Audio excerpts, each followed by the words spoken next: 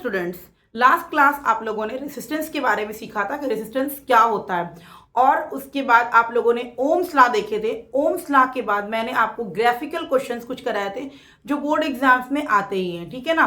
तो याद रखिएगा, ग्राफिकल क्वेश्चंस मैंने ट्रिक से बताया था कि किस तरीके से एंगल्स बढ़ता है तो रेसिस्टेंस बढ़ता है, और किस केस में एंगल्स इंक्रीज करते हैं तो रेसिस्टेंस हमारा डिक्रीज करता है, ठीक है। तो मैंने आपको बताया था कि नेक्स्ट क्लास में हम लोग फैक्टर अफेक्टिंग रेसिस्टेंस पढ़ेंगे। तो आज हम लोग स्टार्ट कर रहे हैं फैक्टर अफेक्टिंग रेसिस्टेंस, यानी कि कौन कौन से फैक्टर रेसिस्टेंस पर डिपेंड करते हैं।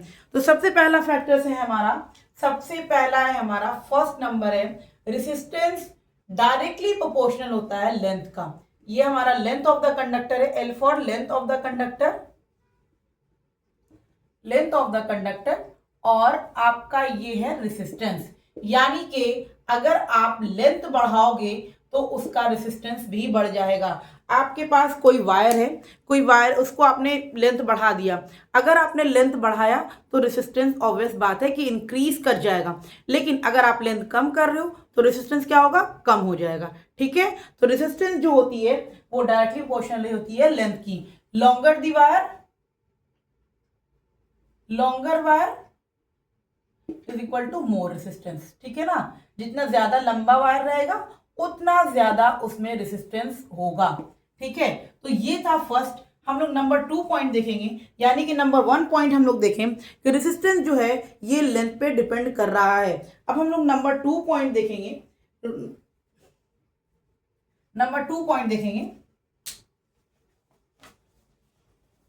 Resistance inversely proportional to area. ये क्या है, area of the conductor, area of a conductor, of the conductor, ठीक है ना।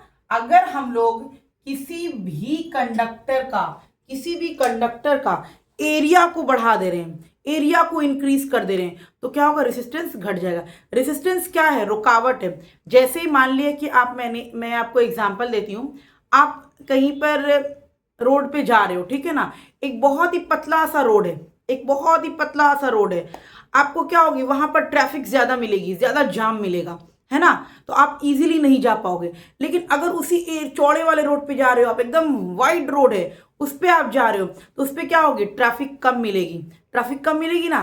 तो यहाँ पर फिजिक्स में जो रेसिस्टेंस है ये क्या है, ये रेसिस्ट करता है, रोकता है। तो अगर वायर क्या होगा, एरिया ज्यादा होगा तो इलेक्ट्रॉन आसानी से फ्लो करेगा, रेसिस्टेंस रोक नहीं पाएगा। समझ में आ रही है बात। मतलब कि अगर एरिया बढ़ाएंगे तो रेसिस्टेंस क्या हो जाएगा, घट जाएगा, ठीक है ना। क्यों घट जाएगा, मैंने आपको एग्जांपल दे दिया। आप एक बहुत ही पतली सी रोड से जा रहे हो, बहुत ही पतला सा रोड है, इतना है कि आप बहुत इधर उधर घूस के जा रहे हो और आप निकल नहीं पा रहे हो, बहुत जाम है वो रोड। और एक आप बहुत ही वाइड रोड पे गए, बहुत चौड़ा सा रोड है, आप उसमें क्या आसानी से पास कर जा रहे हो, ठीक है। तो देख रहे हो यहाँ एरिया पे डिपेंड कर रहा है। तो सेम यहीं पर रेसिस्टेंस क्या करता है, रोकता है। अगर बहुत ही एरिया कम होगा तो ज्यादा रोकेगा, एरिया ज्यादा बढ़ा देंगे तो वो कम रोकेगा। तो रेसिस्टेंस जो है वो इनवर्सली प्रोपोर्शनल होता है एरिया का। समझ में आया। तो यहां पर लिख लीजिए थीकर वायर कह लीजिए या लार्ज एरिया कह लीजिए, larger area. Thicker wire, larger area, less resistance, ठीक है ना, लेस रेसिस्टेंस। याद रखिएगा, ये इंपॉर्टेंट है हमारे लिए। अगर आप नहीं याद करोगे इसको तो आपसे बहुत सारे क्वेश्चन जो होंगे वो सॉल्व नहीं हो पाएंगे, ठीक है ना। तो ये हो गई आपकी सेकेंड पॉइंट।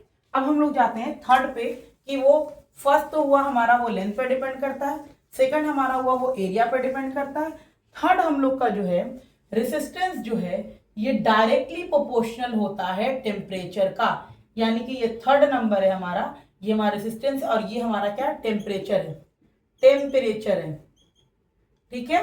ये डायरेक्टली, जनरली हर केस में नहीं, हर केस में ये आप नहीं बोल सकते हो कि रेसिस्टेंस बढ़ाएंगे, टेम्परेचर इंक्रीज करेंगे तो रेसिस्टेंस बढ़ जाएगा, ये हर केस में नहीं होगा। समझ में आ रही है बात। टेम्परेचर बढ़ाने से रेजिस्टेंस इंक्रीज कर जाएगा, ये हर केस में नहीं होता है, लेकिन जनरली होता है ऐसा कि अगर आप टेम्परेचर बढ़ा रहे हो तो आपको रेजिस्टेंस क्या होगा, बढ़ा हुआ मिलेगा। जनरली ऐसा होता है, लेकिन कुछ है इसमें एक्सेप्शन, तो हम लोग देखते हैं। जैसे देखिए, अगर आपने मेटल का कोई भी कंडक्टर लिया है, आपके पास क्या है, मेटल है, मेटल है। मेटल आपको पता है क्या होता है, आयरन, कॉपर, कॉपर, सिल्वर, है ना, ये आपका मेटल है। अगर आपने मेटल लिया है, अगर आपने मेटल लिया है, तो इस केस में अगर आप टेम्परेचर बढ़ाते हो, अगर आप टेम्परेचर इंक्रीज करते हो तो रेजिस्टेंस आपका इंक्रीज करेगा। किस केस में, अगर आपने मेटल लिया है तो उसमें आप टेम्परेचर बढ़ाओगे तो रेजिस्टेंस आपका इंक्रीज करेगा, 100% इंक्रीज करेगा, ठीक है ना। तो अगर आपने, ये तो एक फर्स्ट नंबर, ए नंबर हुआ। बी में अलोय, अलोय आप लोग जानते हो, अलोय आप लोग जानते हो ना, आप लोग क्लास 9 में पढ़े होगे और आप क्लास 10 में पढ़ोगे। तो अलोय आप जानते हो कि मिक्सचर ऑफ टू मेटल को हम लोग अलोय कहते हैं ना। अलोय क्या होता है, सिंपल क्या होता है, मिक्सचर ऑफ टू मेटल होता है, मिक्सचर ऑफ टू मेटल होता है, और तो कुछ नहीं होता ये। जैसे मैंने नाइक्रोम एग्जांपल ले लिया, नाइक्रोम, नाइक्रोम एक अलोय है, तो ये किससे बना हुआ है, निकल और क्रोमियम से बना हुआ है, बना हुआ है ना, निकल और क्रोमियम से बना हुआ है नाइक्रोम, तो ये अलोय है। अलोय के केस में भी होता है कि अगर आप टेम्परेचर बढ़ा रहे हो, टेम्परेचर इंक्रीज करोगे तो आपको रेजिस्टेंस भी इंक्रीज करता हुआ मिलेगा। तो मैंने बताया कि रेजिस्टेंस जो होता है ये डायरेक्टली प्रोपोर्शनल होता है टेम्परेचर का, जनरली होता है, लेकिन कुछ केस में ऐसा नहीं होता भी है। जैसे आपने मेटल लिया, इस केस में अगर आप टेम्परेचर इंक्रीज करोगे तो रेजिस्टेंस बढ़ जाएगा। अलोय अगर लिया, alloy mixture of two metal को कहते हैं, इस केस में अगर आप टेम्परेचर इंक्रीज करोगे तो रेजिस्टेंस हमारा इंक्रीज करेगा। लेकिन थर्ड केस हमारा आता है, ये होता है हमारा सेमीकंडक्टर, सेमीकंडक्टर, ठीक है ना, सेमीकंडक्टर। जैसे एग्जांपल सेमीकंडक्टर में आता है सिलिकॉन, सिलिकॉन और जर्मेनियम, ये सेमीकंडक्टर है। इस सेमीकंडक्टर में क्या होता है, इस सेमीकंडक्टर में क्या होता है ना, कि इस सेमीकंडक्टर में अगर आप टेम्परेचर को इंक्रीज करोगे तो यहां पर क्या होगा, रेजिस्टेंस आपका डिक्रीज कर जाएगा। यहां पर आप टेम्परेचर को इंक्रीज करोगे, यहां पर आप टेम्परेचर इंक्रीज कर रहे हो तो आपका रेजिस्टेंस क्या हो जाएगा, बिल्कुल भी कम हो जाएगा। तो देखो, इस पे भी बोर्ड एग्जाम में पूछा हुआ है, इस पे भी बोर्ड एग्जाम ने पूछ लिया है, ये अभी नहीं पूछा है तो चांसेस है कि इसके बारे में पूछे, ठीक है ना। तो याद रखिएगा कि रेजिस्टेंस, टेम्परेचर बढ़ाने पे रेजिस्टेंस बढ़ता है, ठीक है ना। इसको मैं इस तरीके से लिख देती हूँ, ज्यादा आसान होगा, ठीक है। या तो वो सही था क्योंकि हम लोग रेजिस्टेंस के बारे में पढ़े ना, resistance directly proportional to temperature होता है, ये हो गया टेम्परेचर, ठीक है ना।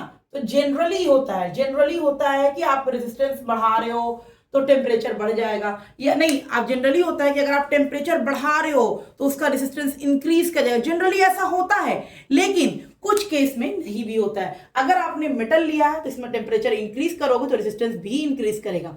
अगर आपने अलॉय लिया है तो इस केस में भी अगर आप टेम्परेचर बढ़ाओगे तो रेजिस्टेंस आपका बढ़ेगा। लेकिन अगर आपने सेमीकंडक्टर का यूज कर लिया, सेमीकंडक्टर है जैसे सिलिकॉन, जर्मेनियम, ये हमारा सेमीकंडक्टर है, इस केस में अगर आपने टेम्परेचर बढ़ाया तो रेजिस्टेंस घट जाएगा, रेजिस्टेंस डिक्रीज कर जाएगा। बहुत इंपॉर्टेंट है और बहुत ही अच्छा है, आप देख लीजिए कि क्या होता है।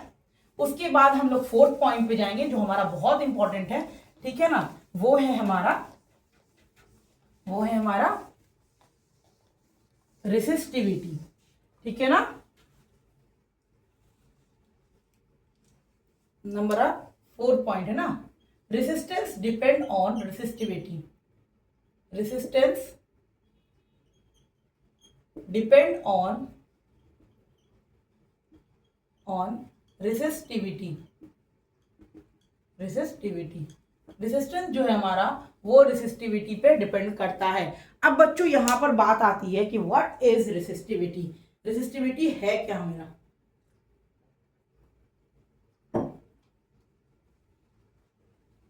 What is resistivity? Resistivity simple सा अगर हम कहेंगे, मटेरियल की प्रॉपर्टी को ही हम रेसिस्टिविटी कहते हैं, ठीक है ना। मटेरियल की प्रॉपर्टी को हम लोग क्या कहते हैं? रेसिस्टिविटी कहते हैं। कोई भी मटेरियल की क्या प्रॉपर्टी है, आप उसको रेसिस्टिविटी कह सकते हो। तो आप लिख सकते हो यहां, resistivity is a property of material. Resistivity is a property of material, ठीक है ना, material. Resistivity is a property of material, ठीक है ना। डिफरेंट मटेरियल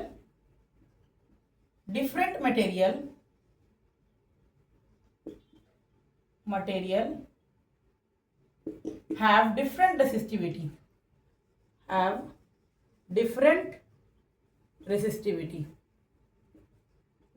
ठीक है ना। डिफरेंट मटेरियल की रेसिस्टिविटी भी डिफरेंट होती है, ठीक है ना। तो ये रेसिस्टिविटी है, ये सिर्फ रेसिस्टिविटी ना ही शेप पे डिपेंड करता है, ना ही साइज पे डिपेंड करता है। रेसिस्टिविटी सिर्फ और सिर्फ मटेरियल पे डिपेंड करता है। जैसे आपने एक कॉपर का ग्लास लिया, एक कॉपर का जग लिया और एक कॉपर का आप स्पून ले लिया, अगर इन तीनों की आपको रेसिस्टिविटी पूछेगा तो आप क्या बोलोगे? तीनों की रेसिस्टिविटी क्या है? सेम है, क्योंकि तीनों का मटेरियल क्या है? सेम है, तीनों कॉपर है। अगर आपको एक कॉपर दे गया, एक एल्युमिनियम दे दिया गया, अब बोला गया क्या दोनों की रेसिस्टिविटी सेम है? नहीं, दोनों की रेसिस्टिविटी डिफरेंट है, क्योंकि एक तो कॉपर है मेरा और दूसरा हमारा क्या है? सिल्वर है। तो रेसिस्टिविटी सिंपल सा कहने का मतलब है कि ये मटेरियल पर डिपेंड करता है, ना ही उसके शेप, साइज, रेडियस, कोई चीज़ पर डिपेंड नहीं करता, सिर्फ और सिर्फ उसके मटेरियल पर डिपेंड करता है। इसलिए मैं यहाँ पर बता रही हूँ क्योंकि क्वेश्चंस में आएंगे, two material A and B of copper, ठीक है ना, ऑफ कॉपर। अगर वहां पर कॉपर नाम दे दिया कि दोनों कॉपर का है, तो दोनों की रेसिस्टिविटी, और रेसिस्टिविटी को जो हम लोग डिनोट करते हैं बच्चों, वो रेसिस्टिविटी को डिनोट करने का ये है, ये रो बोलते हैं इसको, ठीक है ना, इसको रो से डिनोट करते हैं। तो रेसिस्टिविटी जो हमारी होती है वो सिर्फ मटेरियल पर डिपेंड करती है और किसी चीज़ पर डिपेंड नहीं करती है, चाहे उसका शेप हो, साइज हो। जैसे मैंने आपको बताया ना, आपको एक कॉपर का मैंने ग्लास दिया, एक जग दिया और एक स्पून दिया। अब बात पूछें आपसे, बताइए इन तीनों में से रेसिस्टिविटी किसकी है, किसकी ज़्यादा है, किसकी कम है? रेसिस्टिविटी बताइए। तो आप सिंपल बताओगे कि तीनों की रेसिस्टिविटी सेम है, क्योंकि तीनों ही का तीनों एक कॉपर का बना हुआ है। अगर मैंने आपको एक कॉपर दिया, एक एल्युमिनियम भर दिया और आपने कहा कि बताइए कि इन दोनों में से रेसिस्टिविटी क्या सेम है, क्या डिफरेंट है, तो आप बोलोगे नहीं, रेसिस्टिविटी क्या है? डिफरेंट है, क्योंकि एक कॉपर का है और एक एल्युमिनियम का है। तो मैं आपको सिंपल सा बता रही हूं कि रेसिस्टिविटी जो है वो, उसको हम लोग डिनोट करते हैं रो से, और रेसिस्टिविटी सिर्फ और सिर्फ मटेरियल पर डिपेंड करता है, उसके शेप और साइज पर डिपेंड नहीं करता है। बोर्ड एग्जाम्स में हमेशा क्वेश्चन पूछते हैं तो बच्चे अक्सर कंफ्यूज हो जाते हैं। तो मैं आपको बता दूं कि resistivity only depend on material, ठीक है। तो ये हो गई बात। अब हम लोग थोड़ा सा कर लेते हैं, जैसे देखिए रेसिस्टेंस और रेसिस्टिविटी में जो रिलेशन होता है ये होता है R is equal to rho L upon A, ठीक है ना बच्चों, rho L upon A. R हमारा क्या हो गया? आर हमारा रेसिस्टेंस हो गया, और ये रो हमारा रेसिस्टिविटी हो गई, रो हमारी, और ये हो गया लेंथ, और ये हमारा हो गया एरिया। ये हमारा क्या हो गया? एरिया, ठीक है। ये हमारा क्या हो गया बच्चों? एरिया हो गया। तो ये रिलेशन होता है R is equal to rho L by A. अब मान एक कंडक्टर है, ठीक है ना, एक कंडक्टर है, इसका लेंथ L है और इसका एरिया ऑफ क्रॉस सेक्शन क्या है? A है, एरिया हमारा A है, तो उसकी रेसिस्टेंस क्या होगी? R is equal to rho L upon A. एक कंडक्टर दिया हुआ है, उसका लेंथ दिया हुआ है, उसकी रेसिस्टिविटी दी हुई है, उसका एरिया दिया हुआ है, तो इस केस में जो आप रेसिस्टेंस फाइंड आउट करोगे रो एल अपॉन ए से। अब आती है एसआई यूनिट ऑफ रेसिस्टिविटी। अब हम लोग एसआई यूनिट निकालेंगे रेसिस्टिविटी की, ठीक है।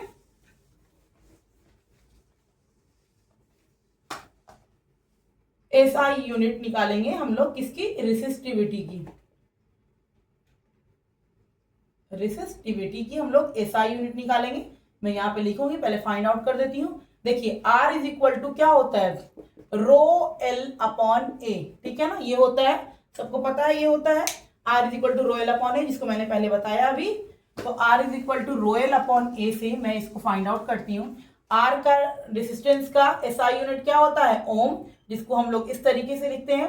रेसिस्टिविटी का हमको निकालना है, मैं उसको ऐसे ही रहने देती हूँ। लेंथ का एसआई यूनिट क्या होता है, मीटर, और एरिया का एसआई यूनिट क्या होता है, मीटर स्क्वायर।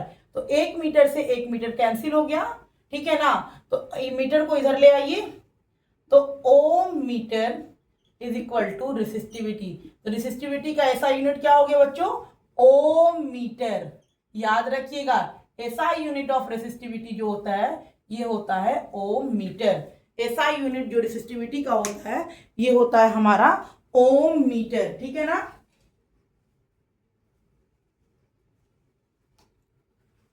क्लियर हो गया पॉइंट। अब हम लोग देखेंगे, ये आप देख लीजिए, ठीक है, किस तरीके से इसकी एसआई यूनिट आई है। अब हम लोग लिखेंगे, कुछ पॉइंट लिखेंगे जो हम लोग के लिए इंपॉर्टेंट है, ठीक है ना। Resistivity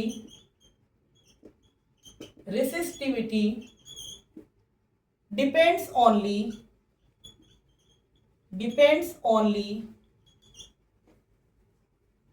on the nature of material,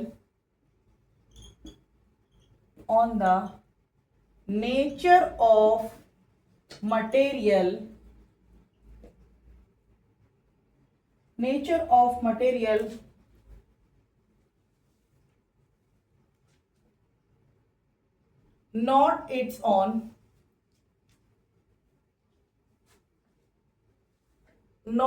its length और थिकनेस, ठीक है।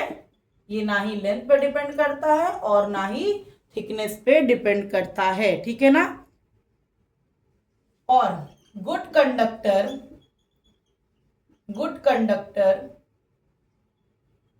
हैव लेस रेसिस्टेंस, ठीक है ना। जो गुड कंडक्टर, लेस रेसिस्टिविटी, यानी कि जो गुड कंडक्टर होगा उसकी रेसिस्टिविटी जो होगी बहुत कम होगी, मतलब कि बहुत कम होगी, ठीक है ना। Insulator have high resistivity, insulator have high resistivity. ये ऑप्शन में क्वेश्चन आते हैं इससे, इसलिए इसको इग्नोर ना करिएगा, ठीक है ना। तो रेसिस्टिविटी ऑर्डर अगर हम लोग लिखेंगे, मैं रेसिस्टिविटी ऑर्डर लिख देती हूँ, क्या होता है रेसिस्टिविटी ऑर्डर, ठीक है ना। तो रेसिस्टिविटी ऑर्डर जब हम लोग लिखेंगे तो क्या लिखेंगे, सबसे ज्यादा जो रेसिस्टिविटी होती है वो होती है इंसुलेटर की, और उसके बाद हमारी जो होती है वो होती है अलॉय की, और सबसे कम होती है हमारी मेटल की। तो क्वेश्चंस में आएगा, क्वेश्चंस में आता है, मैं आपको क्वेश्चंस बता रही हूँ। एक क्वेश्चंस आया हुआ है आपका, कब का आया हुआ है देखिए, सीबीएसई में क्वेश्चंस 2023 में पूछा हुआ है इस पे क्वेश्चन, मैं आपको करवा देती हूँ, ठीक है ना। अब देखिए,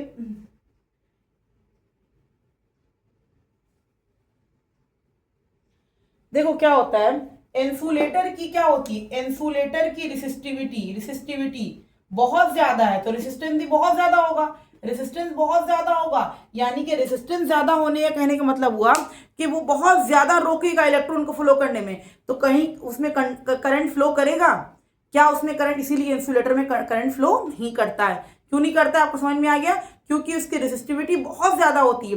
रेसिस्टिविटी ज्यादा होने की वजह कर उसका रेसिस्टेंस भी ज्यादा होता है। अब रेसिस्टेंस भी उसका ज्यादा हो गया तो यानी कि उसका करंट क्या होगा, बिल्कुल भी फ्लो नहीं करेगा उसमें।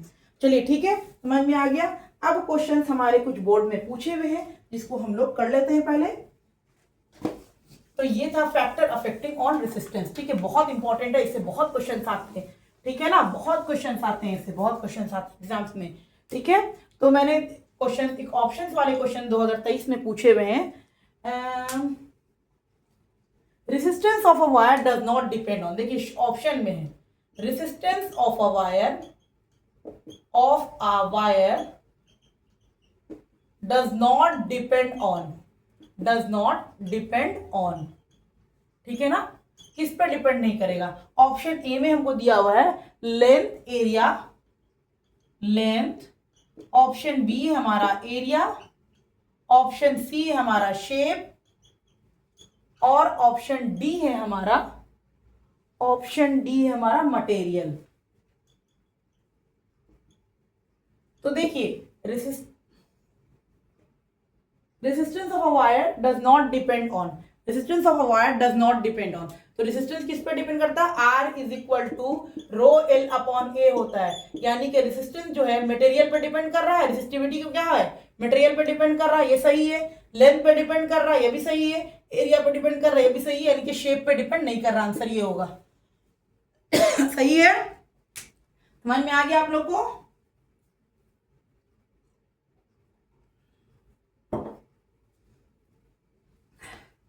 क्लियर है पॉइंट? नेक्स्ट क्वेश्चन देखिए हम लोग, चलिए नेक्स्ट क्वेश्चन हम लोग देखते हैं। ये भी हमारे बोर्ड में पूछा हुआ क्वेश्चन है, ठीक है ना? तो ये है हमारा बोर्ड का पूछा हुआ क्वेश्चन है, सेम क्वेश्चन है बोर्ड का पूछा हुआ, ठीक है? ये है हमारा, इधर आपका मटेरियल लिखा हुआ है और इधर आपका रेसिस्टिविटी लिखी हुई है, ठीक है ना? कुछ मेटल दिया हुआ, उसकी रेसिस्टिविटी दी हुई है, और ये 3 मेटल दिया हुआ है A B C, power 10 to the power 18,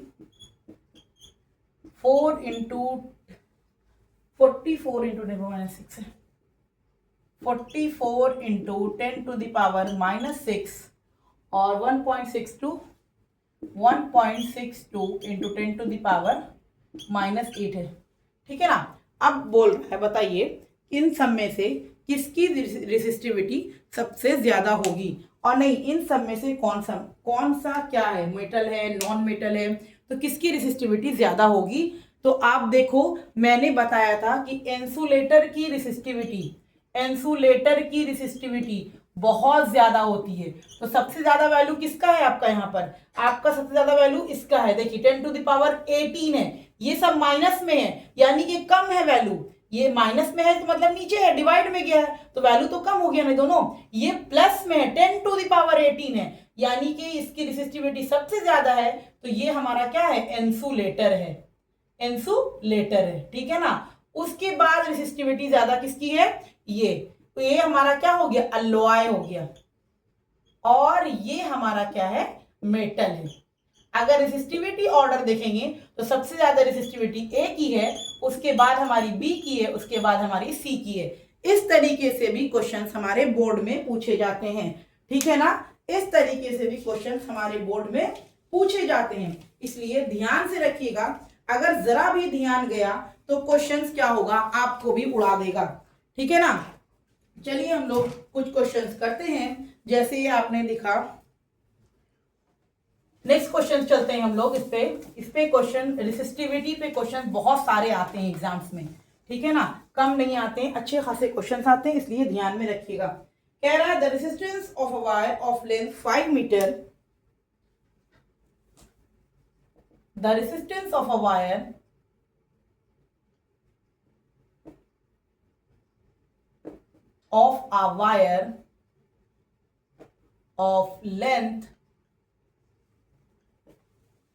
of length 5 meter is 100 ohm, 5 meter is 100 ohm, ठीक है ना? is at 20 डिग्री सेल्सियस, ठीक है, यानी कि टेम्परेचर को मेंटेन कर दिया है 20 degree Celsius. if the diameter of the wire is 0.3 mm, if the diameter of the wire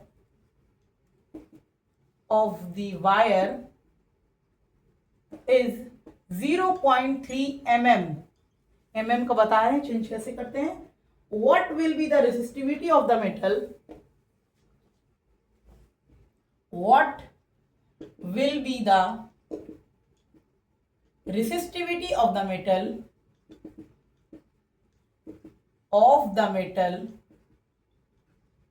what will be the resistivity of the metal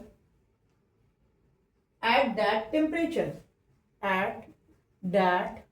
temperature, यानी कि आपको रेसिस्टिविटी निकालना है। तो रेसिस्टिविटी निकालने के लिए हम लोग जानते हैं, क्या जानते हैं हम लोग, R is equal to rho L upon A होता है।